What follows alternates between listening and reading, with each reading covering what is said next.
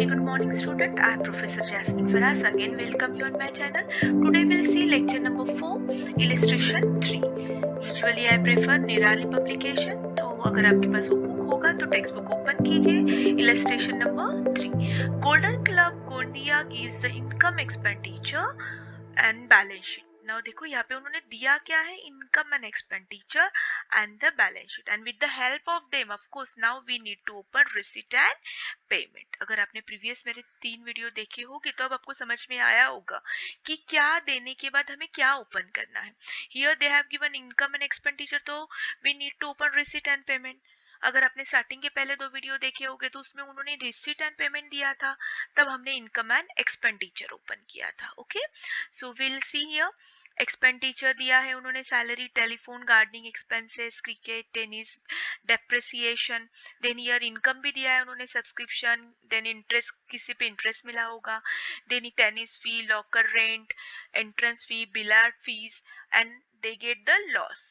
Okay, तो इसका हमें कोई लेना देना नहीं है because we need to open receipt and payment, that is called real account. And real account में हम क्या लिखेंगे, actual income and actual expenditure. ये आपको अच्छे से याद रहना चाहिए. ओके, सो बैलेंस शीट भी दी है. प्रीवियस 3 प्रॉब्लम में उन्होंने एडजस्टमेंट दी थी और यहाँ पे उन्होंने in a form of adjustment they have given the balance sheet. तो हमको ही ढूंढना होगा इसमें से कौन कौन सी एडजस्टमेंट है.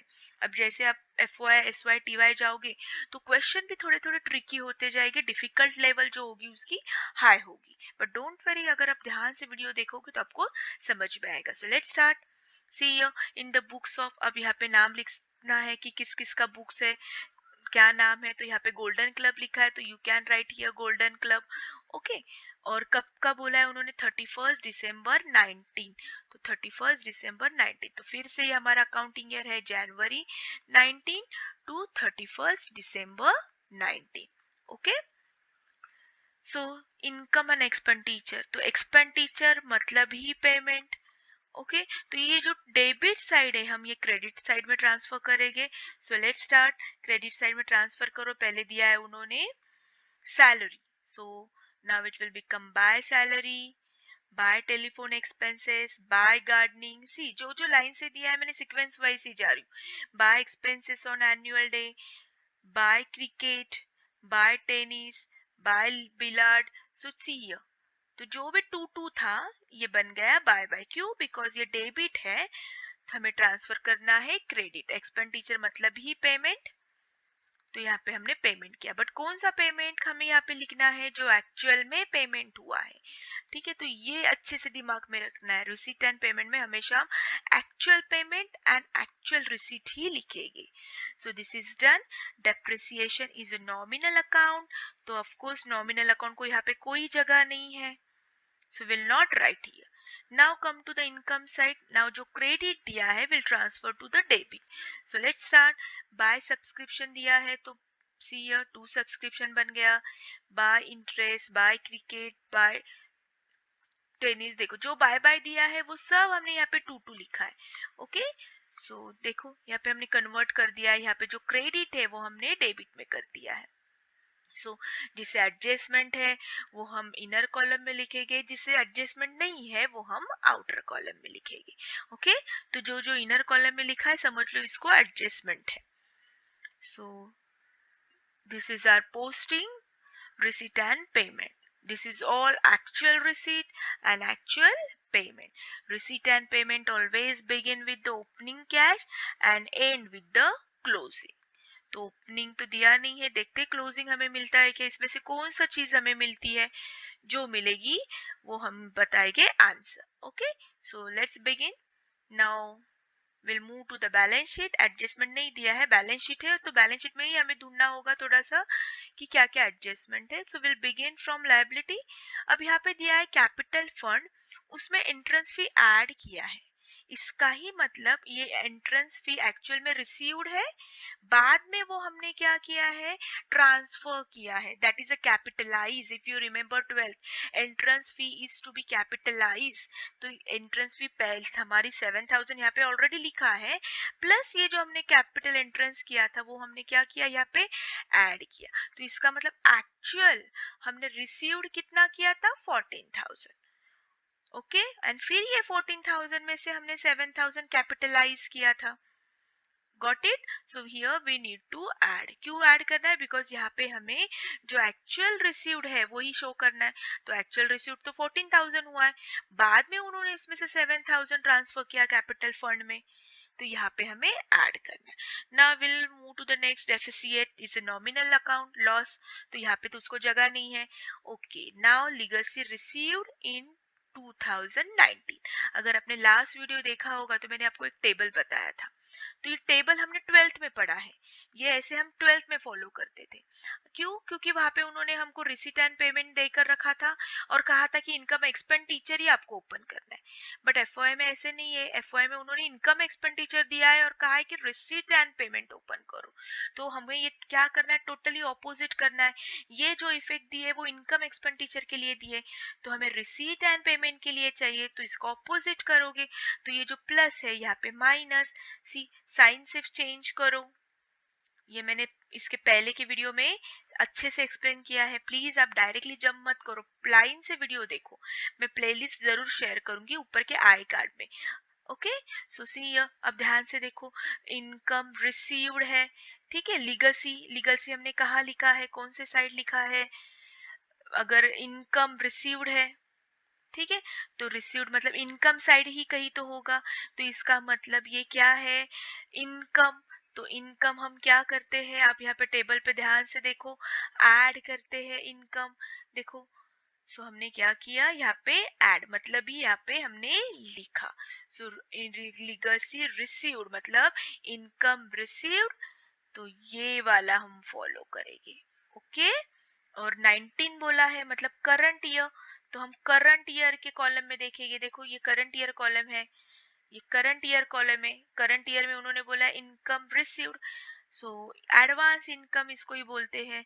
तो हम ये क्या करेंगे, ऐड करेंगे। ओके, ऐड मतलब यहाँ पे कुछ प्रीवियस पोस्टिंग नहीं था तो डायरेक्टली हमने लिखा, इसका ही मतलब ये टोटल में ऐड ही हो गया। Next one, outstanding salary. अब यहाँ पे आउटस्टैंडिंग कहा है, सो देखो सैलरी मतलब एक्सपेंसेस, ऑलरेडी हमने पेमेंट में मतलब पेमेंट मतलब एक्सपेंसेस ना, तो हमने एक्सपेंसेस में लिखा है, तो हम इसको क्या कहेंगे, आउटस्टैंडिंग एक्सपेंसेस। तो आउटस्टैंडिंग एक्सपेंसेस, लेकिन हमें देखना क्या है, receipt and payment. Last lecture में कहा है कि जब ईयर नहीं देते तो एज्यूम दैट ये करंट ईयर ही है। यहाँ पे जैसे मेंशन किया, यहाँ पे नहीं किया है, बट नो प्रॉब्लम, नहीं किया है that means this is a current year. तो करंट ईयर के कॉलम में कौन सा देखना है, आउटस्टैंडिंग एक्सपेंसेस। क्या देखना है, रिसीट एंड पेमेंट में हम कर रहे हैं, देखो हमने रिसीट एंड पेमेंट ओपन किया है, तो हम रिसीट एंड पेमेंट में देखेंगे क्या किया है हमने रिसीट एंड पेमेंट में, यस। तो हम क्या करेंगे, इसको लेस करेंगे, तो finally it comes 14000। Okay, bar bar practice करो तो फिर आपको याद आ जाएगा। Now again pre received locker rent, यहाँ पे भी कोई ईयर नहीं दिया है तो एज्यूम करो करंट ईयर। प्री रिसीव्ड मतलब ही एडवांस, लॉकर रेंट, तो लॉकर रेंट देखो हमने कहा लिखा है, यस यहाँ पे इनकम साइड में लिखा है, इसका मतलब ये इनकम है। प्री रिसीव्ड मतलब एडवांस इनकम है, तो देखो कहाँ पे यहाँ पे लिखा है एडवांस इनकम, ये आ गया इधर एडवांस इनकम। अब ये करंट ईयर है तो करंट ईयर के कॉलम में चलो, करंट ईयर कॉलम में, लेकिन हमें ओपन क्या करना है, रिसीट एंड पेमेंट। तो रिसीट एंड पेमेंट में क्या दिया है, प्लस दिया है, तो हम क्या करेंगे, ये प्रिपेयर प्लस करेंगे। Okay, so it become 1400। Now come to the asset side, देखो ऑलमोस्ट हमने ये फिनिश कर दिया। Okay, now come to the asset side. अब असेट साइड में हम पे देखेंगे डेप्रिसिएशन, कोई काम नहीं है हमें क्योंकि नॉमिनल अकाउंट है, ठीक है। देन असेट, ये तो ओपनिंग है, हम यहाँ पे ओपनिंग वगैरह कुछ लिखते नहीं, एक्चुअल परचेस होगा तो हमने लिखा होता, ये ओपनिंग है तो ओपनिंग तो हम यहाँ पे कभी लिखते नहीं है पेमेंट साइड में, यस। बट यहाँ पे उन्होंने दिया है, देखो ये तो हम नहीं लिखेंगे, बट यहाँ पे उन्होंने लिखा है परचेस, इसका मतलब एक्चुअल पेमेंट हो चुका है, ठीक है, एक्चुअल पेमेंट हमने और परचेज किया ये साल में तो कितना पेमेंट किया एक्चुअल 7,000, तो वो तो हम लिख सकते हैं यहाँ पे। सो यहाँ पे लिखना है actual payment 7,000। Okay, so I hope आपको समझ में आ रहा है। सो ये भी हो गया। देन गवर्नमेंट बॉन्ड नहीं, ओपनिंग है, हम नहीं लिखेंगे। हाँ, यही अगर उन्होंने बोला हो तो opening sorry government bond purchase, तो हमने जरूर एक्चुअल पेमेंट मतलब यहाँ पे लिखा होता है, जैसे कि स्पोर्ट्स मटेरियल लिखा है, but they have not told anything, that means this is opening, तो ओपनिंग तो हमें लिखना ही नहीं है। कैश इन हैंड या असेट में दिया है मतलब ये क्लोजिंग है, तो कैश इन हैंड तो of course receipt and payment में लिखते हैं, तो कैश इन हैंड भी लिख लिया हमने। अब फिर से आ गया आउटस्टैंडिंग इंटरेस्ट। तो अब बताओ आपने इंटरेस्ट कहाँ पे लिखा है, कहीं पे दिख रहा है आपको आउटस्टैंडिंग इंटरेस्ट? ठीक है, ये हम क्लियर करते हैं तो आपको अब दिखेगा। चलो ढूंढो फटाक से, कहाँ पे लिखा है हमने आउटस्टैंडिंग? यस, इंटरेस्ट यहाँ पे लिखा है, मतलब ये इनकम रिसीट साइड में लिखा है, मतलब इनकम।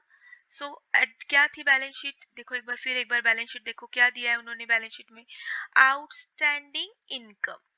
मतलब इनकम कैसे कंसिडर किया, क्योंकि ये इंटरेस्ट जो है हमने रिसीट साइड में लिखा है, तो भैया कोई भी बता सकता है ये इनकम है। सो हम इसको क्या कहेंगे, आउटस्टैंडिंग इनकम। सो आउटस्टैंडिंग इनकम कहाँ पे है, आउटस्टैंडिंग इनकम यहाँ पर दिया है।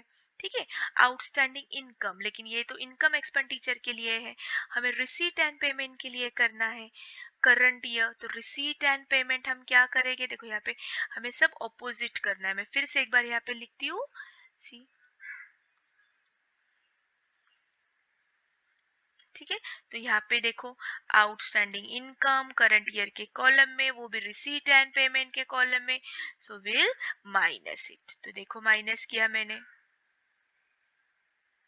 ओके, सो इट बिकम 1,300, क्योंकि अभी भी हमने जो इससे हमने इंटरेस्ट असेट में लिखा है, मतलब ये आना बाकी है, अभी तक आया नहीं है, मतलब एक्चुअल रिसीव्ड नहीं है, तो हमें तो यहाँ पे सिर्फ एक्चुअल रिसीव्ड लिखना है। सो इसलिए हमने इसको माइनस कर दिया, क्योंकि हमें सिर्फ एक्चुअल रिसीव्ड लिखना है, इसका यहाँ पे काम नहीं है, तो हमने ये माइनस किया, तो 1,300। Next, outstanding subscription. अब आप फिर से सोचो, आउटस्टैंडिंग सब्सक्रिप्शन, सब्सक्रिप्शन कहाँ लिखा है हमने, रिसीट में, मतलब ये क्या है, आउटस्टैंडिंग इनकम। अब आउटस्टैंडिंग इनकम कहाँ है, आउटस्टैंडिंग इनकम हियर इज। अब आउटस्टैंडिंग इनकम करंट ईयर के कॉलम में चलो, लेकिन हमें तो रिसीट एंड पेमेंट करना है, तो फिर से हमें यही फॉलो करना होगा, माइनस। सो माइनस करो, क्योंकि ये भी अभी तक आया नहीं है, आने वाला है फ्यूचर में, वही हम असेट में लिखते हैं ना, जो फ्यूचर में आने वाला है, रिसीवेबल, तो ये भी अभी तक मिला नहीं है, तो हम रिसीट एंड पेमेंट में तो सिर्फ एक्चुअल लिखते हैं, तो इसका भी यहाँ पे काम नहीं है, तो ये भी हम क्या करेंगे, माइनस करेंगे। आई होप आपको समझ में आ रहा है। Now last adjustment, prepaid telephone charges. अब टेलीफोन चार्जेस कहाँ लिखा है, पेमेंट साइड मतलब एक्सपेंसेस, तो इसको हम क्या कहेंगे, प्रीपेड एक्सपेंसेस।